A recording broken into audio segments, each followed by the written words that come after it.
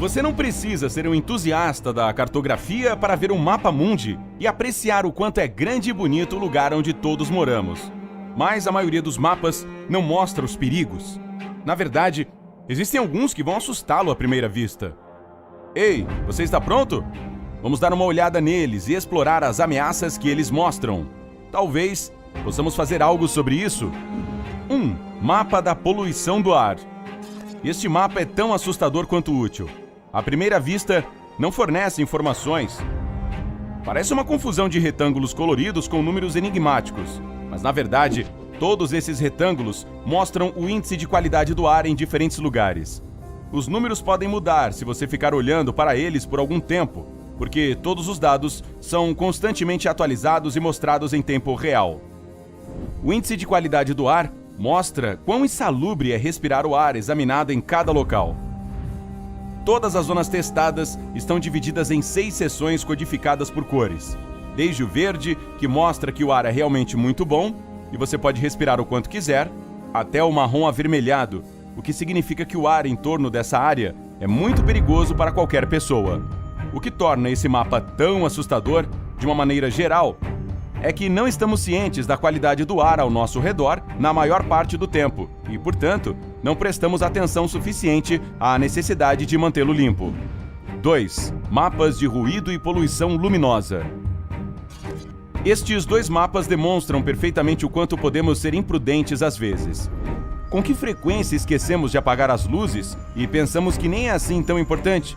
Bem, todos nós já pensamos isso, vamos falar a verdade. Mas, infelizmente, a poluição luminosa é uma questão importante hoje em dia. Naturalmente, todas as coisas vivas na Terra, incluindo nós mesmos, dependem dos ciclos diurnos e noturnos. Alguns animais são noturnos e alguns se sentem muito melhor sob o sol, optando por dormir à noite. Mas a luz elétrica confunde a linha clara entre a noite e o dia, especialmente em torno das grandes cidades. A poluição sonora é ainda pior nesses lugares urbanos e atinge a todos constantemente. As pessoas são mais afetadas por isso. A próxima vez que você passar a noite se virando na cama, pense que a poluição luminosa e sonora do mundo contribui para as causas dos problemas de saúde mental e a insônia está entre as principais delas. 3. Mapas de problemas de saúde mental. Falando de problemas de saúde mental, há outro mapa que mostra como o nosso mundo está mudando, com um número crescente de casos de transtornos mentais a cada ano. Our World in Data, ou Nosso Mundo em Dados, em tradução livre, fornece informações sobre o assunto através de mapas que mostram a quantidade da poluição em diferentes países que é afetada por algum tipo de transtorno mental. Existem mapas dedicados a transtornos de ansiedade, depressão e transtornos alimentares. Se você já quis saber mais sobre esse tipo de problema no mundo, esse é o melhor lugar para começar. Sem medo, sem subavaliações, apenas fatos puros. Os criadores deste site fornecem muito mais informações sobre diferentes tópicos, mas poucos deles são mais assustadores do que este. 4. Mapa do ataque cibernético. Ver algo acontecer gradualmente com o tempo na forma de um mapa é uma coisa. Ver algo acontecer na sua frente em tempo real é algo completamente diferente. Especialmente se o assunto do que estamos falando é algo tão misterioso quanto um ataque cibernético. A maioria de nós sabe sobre os ataques cibernéticos e o dano que eles podem causar. A esfera mais atacada do mundo é, obviamente, relacionada a serviços financeiros. Mas toda empresa tem seus próprios dados sobre seus próprios detalhes financeiros ou sobre os clientes, de modo que qualquer pessoa pode ser alvo a qualquer momento de sua vida. Na maioria das vezes, o objetivo de um ataque é sobrecarregar os servidores de uma empresa com solicitações e informações para localizar as partes frágeis de sua segurança. Esses imensos fluxos de informação são exatamente o que este mapa está rastreando. É assim que funciona. É bom que haja pessoas que sempre trabalham duro para atualizar a segurança das informações. Há até alguns hackers que usam suas habilidades nas empresas de teste contra outros hackers, apenas para dizer à empresa o que há de errado com sua segurança. Mas olhando para este mapa, é difícil acreditar que todos esses ataques sejam iniciados por algum tipo de hacker nobre. 5. Surtos. Mapa global de incidentes. Se os avisos locais de um surto de gripe lhe causam medo, talvez este mapa não seja para você. Ele mostra todos os incidentes recentes de doença viral e bacteriana contagiosa. A princípio, parece realmente assustador devido a todos os marcadores de risco biológico, mas logo você perceberá que isto está de acordo com o propósito deste mapa, para que o aviso seja mais claro possível. Não se pode baixar a guarda com doenças. Abaixo do mapa, há um feed de notícias constantemente atualizado, conforme surgem novas notificações sobre possíveis epidemias, dificultando se concentrar em qualquer coisa em particular. Isso não é apenas assustador, mas também desolador às vezes. Realmente, faz você querer lavar as mãos com muito cuidado. 6. Mapa Global de Mudança Florestal. Alguns mapas nessa lista parecem estar tentando assustá-lo de propósito, mas esse faz o trabalho com a abordagem oposta. Pode parecer calmo e bonito, mas os dados que representa são igualmente alarmantes. O Departamento de Ciência Geográfica da Universidade de Maryland criou este mapa para mostrar como as florestas do nosso planeta são frágeis. Mostra várias camadas. Uma é para observar a perda de florestas nos últimos anos. Outra, para observar o ganho, e a terceira, a extensão delas. E, embora certamente muitos aleguem que ainda há muitas florestas em seus lugares, o outro lado é igualmente horripilante. O ganho não está nem perto das perdas. Isso significa que ainda não aprendemos uma lição importante, que o nosso único amigo nesse universo é o nosso planeta. Isso é assustador, especialmente considerando a maior ameaça para nós, o aquecimento global. 7. O mapa das mudanças climáticas. Mapas baseados em estatísticas preocupantes não são feitos apenas para nos assustar. Mais frequentemente, eles nos mostram que alguns lugares são seguros ou que há algo com o qual devemos nos preocupar em nossa vida cotidiana. Mas há um mapa que deve assustar todos neste planeta. Ele mostra que até o final do século XXI, podemos esperar um aumento da temperatura em 4 graus. Não parece assustador para você? Bem, dê uma olhada no mapa. As zonas verdes são as únicas adequadas para a vida de todo o planeta. As marrons representam áreas inundadas e as amarelas são desertos. As zonas vermelhas estão no fundo do mar agora porque a elevação da temperatura faz com que o nível do mar também aumente. Imagine como essas mudanças afetariam drasticamente a vida selvagem. Toda a biosfera em que vivemos agora simplesmente desapareceria. Este mapa é assustador, é verdade, mas o aquecimento global pode ser revertido. Até mesmo estar bem informado sobre isso já está ajudando. E há um mapa para isso no site Climate Hot Map. Ele inclui marcadores que fornecem muitas informações sobre o aquecimento global e seus possíveis impactos em diferentes lugares do mundo. Também fornece algumas oportunidades para contribuir com a prevenção dessa cadeia de eventos. Esses mapas podem causar medo em nossos corações, mas podemos nos tornar altamente conscientes dos perigos ao nosso redor. Dessa forma, poderemos nos defender ou reverter a situação completamente. Vamos nos concentrar nisso e tentar olhar para o nosso futuro com uma atitude positiva. E aí, pessoal, vamos lá para a nossa segunda aula, aula número 2, né? Acabamos de ver aí a geografia e os seus mapas, né? Você viu aí como é que é usada a geografia, como ela é utilizada, né, em várias áreas, né, em vários estudos, né? Então, o que seria, né, da vida, do planejamento, né, se não fosse a geografia, né? Então, ali o vídeo foi para poder mostrar um pouquinho de como que a geografia ela é bem abrangente, né, e é muito importante, tá bom? Então, vamos lá. Aula número 2, certo? A gente viu, né, na aula passada, né, que a superfície terrestre é a morada, né, de nós, seres humanos, né, e que nela a gente pode encontrar uma natureza original e que após a ação humana ela acaba se transformando numa segunda natureza, né, ou uma natureza humanizada, né. E aí nós vimos que a definição do espaço geográfico, né, que o que é o espaço geográfico? Eu falei lá que o espaço geográfico está ali, ó, no nosso texto ali, né, que é o resultado, né, da atividade humana que transforma a natureza original e produz um espaço humanizado, né? Aí aqui, deixa eu ver aqui, ó, o exemplo do espaço do espaço geográfico já como a transformação, né, da natureza original, né, para a segunda natureza, né, ou a natureza humanizada, né? Aí vem a sequência de quadros ali que eu tinha colocado na outra aula, né, mostrando ali a transformação do meio ambiente, né? Na época que era bem verdinho lá, nosso primeiro quadrinho superior aqui à esquerda, né, até chegar no último quadro à direita, na parte de baixo, um espaço totalmente já humanizado, né, uma segunda natureza. Beleza, vamos lá. E vimos também o quê? Nós também vimos também sobre a paisagem, né? Vimos que geralmente a paisagem é definida, né, pelo alcance da nossa visão, né? Ou seja, por aquilo que a gente vê, consegue ver.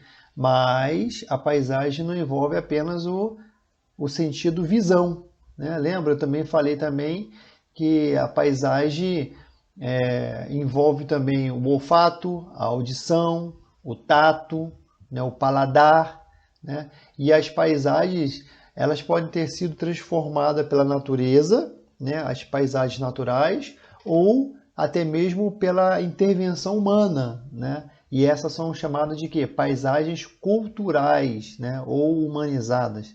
Então, definição de paisagem geralmente é aquela que é definida pelo alcance, né, da nossa visão. E agora, na aula de hoje, a gente vai falar sobre a natureza e a ação humana, né? O que o ser humano ele vem aprontando, né, na nossa natureza. Deixa eu ver aqui.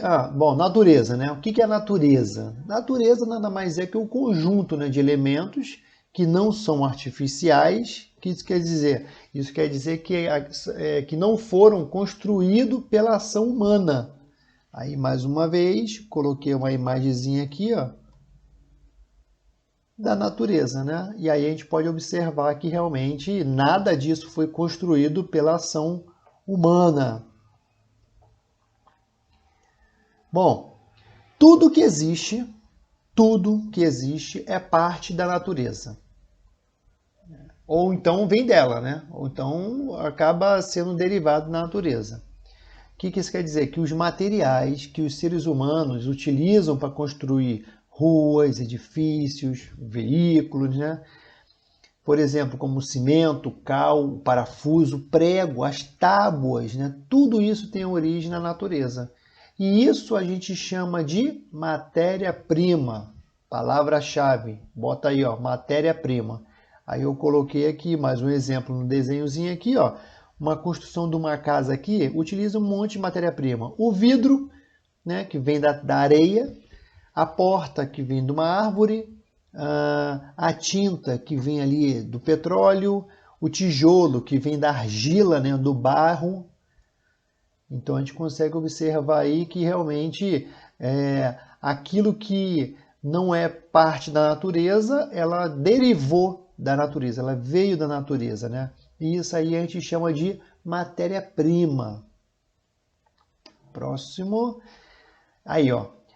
E esses materiais, eles não são encontrados prontos na natureza, né? Todos eles passam por algum processo, por algum tipo de transformação, né? Resultado do trabalho humano. As tábuas, por exemplo. Vamos lá, as tábuas. Depois eu vou dar um zoom aqui no desenho para a gente comentar ali. As tábuas, por exemplo, elas são feitas de quê? De madeira produzida a partir das árvores. O papel, utilizado na confecção de livros, cadernos, também é derivado das árvores que passaram por um processo industrial. Já os parafusos, pregos, né, de aço, a origem deles está nos minerais extraídos do solo da terra, né, que precisam ser bastante modificados, né, para chegar até o formato final. Aí agora sim, ó, vamos dar uma olhadinha mais perto aqui essas imagens aqui. Olha aqui, ó, o algodão do lado esquerdo aqui, vamos começar assim, ó, lado esquerdo, parte de cima, algodão. O algodão é matéria-prima que a gente consegue fazer o quê? Uma toalha, lá embaixo lá, a toalha rosa, à direita. A fruta cacau, que está debaixo do algodão, ela é a matéria-prima do chocolate, que está logo acima aqui, ó, da toalha, no nosso lado direito. Depois vem Cana-de-açúcar, matéria-prima para o açúcar refinado, né? Do lado direito ali, ó, na coluna, de cima para baixo, o segundo tem ali um pacote de açúcar, né, refinado. Debaixo da cana-de-açúcar nós temos o látex, né, que é extraído da seringueira, né, de uma árvore chamada seringueira, que nada mais é que a matéria-prima da borracha, que aí, ó, lado direito, logo abaixo do açúcar, foi feito o que com esse látex? Um chinelo. Debaixo do látex nós temos a madeira, né, que aí foi produzida ali a cadeira, e por fim lá embaixo lá o petróleo, que deu origem ao nosso primeiro desenho da coluna direita lá em cima, a gasolina.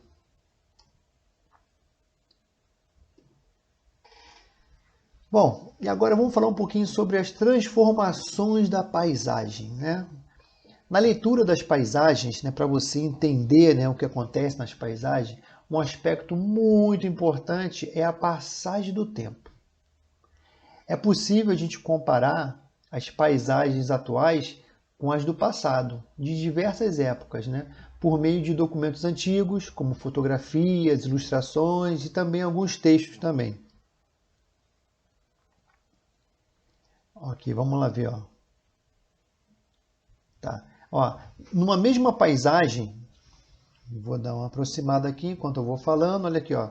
Numa mesma paisagem aparecem elementos, né, que foram produzidos pela natureza há milhões de anos, né, como por exemplo aqui a gente pode ver o relevo, né, o lago, né, aqui é a baía, que no caso aqui não é um lago, é uma baía, né, ó, o relevo aqui, os morros, né, o lago. E alguns elementos que foram construídos pelo ser humano, né, em diferentes épocas da história. Então aqui dá para a gente observar aqui elementos de tempos diferentes, porém na mesma paisagem, né? Uma montanha que foi produzida pela natureza há milhões de anos, e aí também a gente consegue ver também ali os prédios que já foram feitos já mais recentes. E quando a gente se refere, né, ao surgimento, né, à formação, né, do nosso planeta, a gente tem que pensar em uma escala de tempo que ela pode ser contada em milhares, em milhões e até bilhões de anos, né? E essa escala tem o nome de tempo geológico. Outra palavrinha aí, ó, outro conceito para poder vocês grifarem aí, um conceito chave aí, ó. Tempo geológico. Tá? Tempo geológico é uma escala de tempo que a gente conta não em horas, não em dias, não em semanas, mas em milhares, milhões e até mesmo em bilhões de anos. Aí eu coloquei aqui mais um desenho para poder te mostrar aqui, ó, uma escala aqui, ó, numa era geológica, né? Um tempo geológico aqui, ó. Tá? Então dá para perceber aqui, ó, a formação da Terra de 4,6 bilhões de anos atrás, né? Até o surgimento do primeiro ser humano há 1 milhão de anos atrás. Isso aí é o tempo geológico, tá? Agora vamos falar do tempo histórico. Olha só, quando a gente se refere às mudanças, né, que as sociedades, né, as civilizações humanas, elas fizeram no planeta, né, imprimiram no planeta, a gente pensa numa escala de tempo já contada em séculos, né, ou em décadas, né, a cada 10 anos, ou simplesmente em anos. E essa escala, que é diferente do tempo geológico, é chamada de tempo histórico. Olha aqui o desenho como é diferente. Enquanto o outro lá contava em milhões, milhares e bilhões de anos, aqui a gente conta aqui em décadas, né? Aqui em séculos, né? A cada 100 anos. Então é um tempo já mais curto, né? E aí a gente chama de tempo histórico. Tá? Então vamos frisar aí a diferença entre tempo geológico e tempo histórico, tá? A gente vai trabalhar bastante com o tempo geológico daqui para frente ali para poder falar da formação do nosso planeta. E uma informação bem importante, ó, as mudanças históricas de forma geral, né, o tempo histórico, eles são bem mais rápidos, né, e mais recentes do que as mudanças geológicas, que a gente não percebe a mudança dele, porque ele demora bilhões, pode chegar, né, pode chegar a demorar bilhões de anos, né? Por exemplo, uma mudança geológica é a formação de uma montanha. A gente não percebe, né? A gente já chegou aqui e já estava pronto, mas ela apareceu de algum momento, diferente da mudança histórica. E vamos falar um pouquinho também, né, de como que essas paisagens, né, elas são dinâmicas, né? Ou seja, como que elas passam, né, por essas transformações, né? Vamos lá, olha só, a vegetação original, por exemplo, vamos pensar numa vegetação original, ela pode ser transformada por uma mudança climática, por um desastre natural, né? E antigas construções residenciais, né, comerciais ou antigas fábricas, e elas vêm sendo substituídas por outras mais modernas. Isso quer dizer que o quê? Que o tempo, que com o tempo as paisagens elas acabam sendo transformadas naturalmente, né? Ou são transformadas pela ação humana. Aí eu peguei essa imagem aqui, ó, do Teatro Amazônia, Teatro Amazônico, acho que é esse aí o nome desse teatro lá em Manaus, lá, que aí só para poder mostrar o seguinte, há muito tempo atrás, essa região aí era floresta, né? Então a gente consegue perceber aqui, né, há muitos anos atrás tinha aqui uma vegetação original.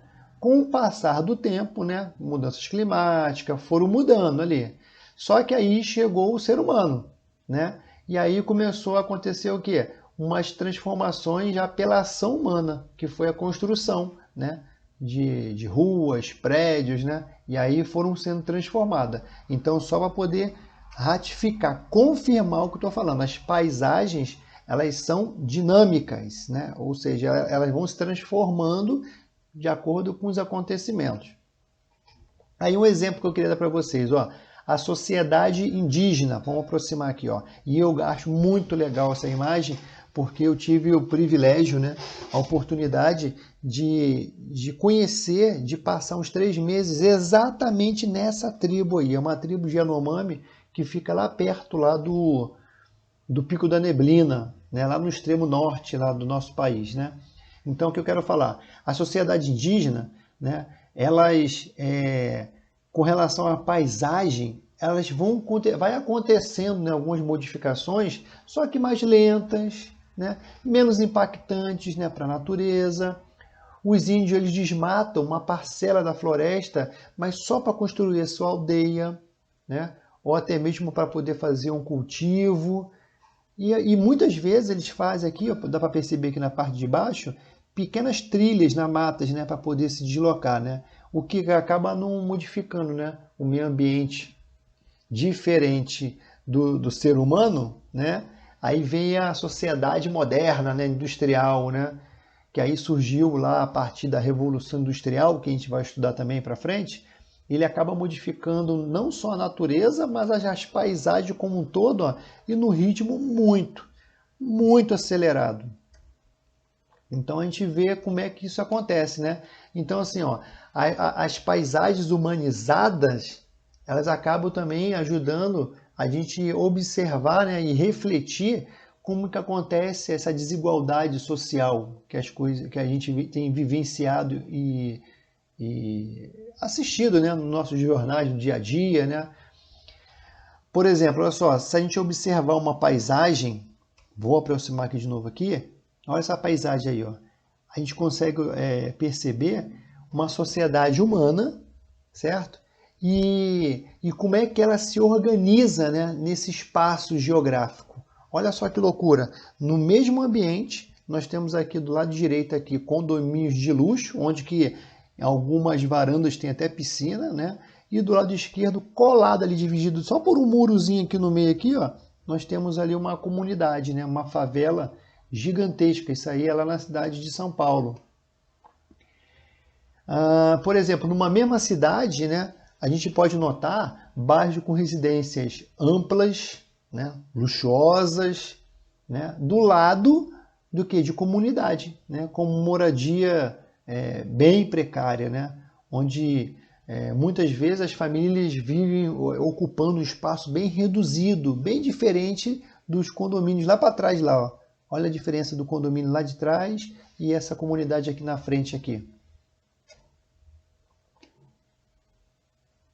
E agora, olha só, por outro lado, né, se a gente observar novamente uma aldeia indígena, a gente acaba notando que as habitações, né, onde eles moram, eles acabam se apresentando algumas semelhanças, né? O que mostra o quê? Uma sociedade mais igualitária, né, com os seus moradores, né? Quer dizer, todo mundo ali tem a mesma condições de vida, né? Diferente lá da favela que a gente acabou de mostrar ali. De um lado, condomínio de luxo, e do outro lado ali, né, umas comunidades, umas favelas. Os índios não, eles já vivem já uma situação mais igual para todo mundo, eles têm essa preocupação. E aí o que eu consigo concluir com essa observação? Olha só, agora preste atenção, importante isso aí, tá? Para a nossa prova. As sociedades tradicionais, né? Aí vamos pensar lá nos índios, lá nas aldeias. Sociedades tradicionais, com tecnologia rudimentar. Elas acabam produzindo poucas modificações na natureza, onde vive, né? E essa sociedade que se utiliza da natureza, né, onde que ela sabe que dali vai sair a sua provisão, eles acabam costumando ser sustentáveis. Essa palavra também é importante, tá? Eles acabam sendo sustentáveis. Então, assim, ó, uma sociedade sustentável geralmente é uma sociedade tradicional com a tecnologia rudimentar, então aquela bem simplesinha, né, que produzem poucas modificações na natureza, né, principalmente ali na área onde que eles vivem. Tá? Então isso aí é uma sociedade sustentável. Já a sociedade moderna, né, aquela moderna, industrial, né, com as suas tecnologias, com as suas técnicas aprimoradas, né, possui aí o que? Olha aí, ó, possui equipamentos que promovem grandes transformações.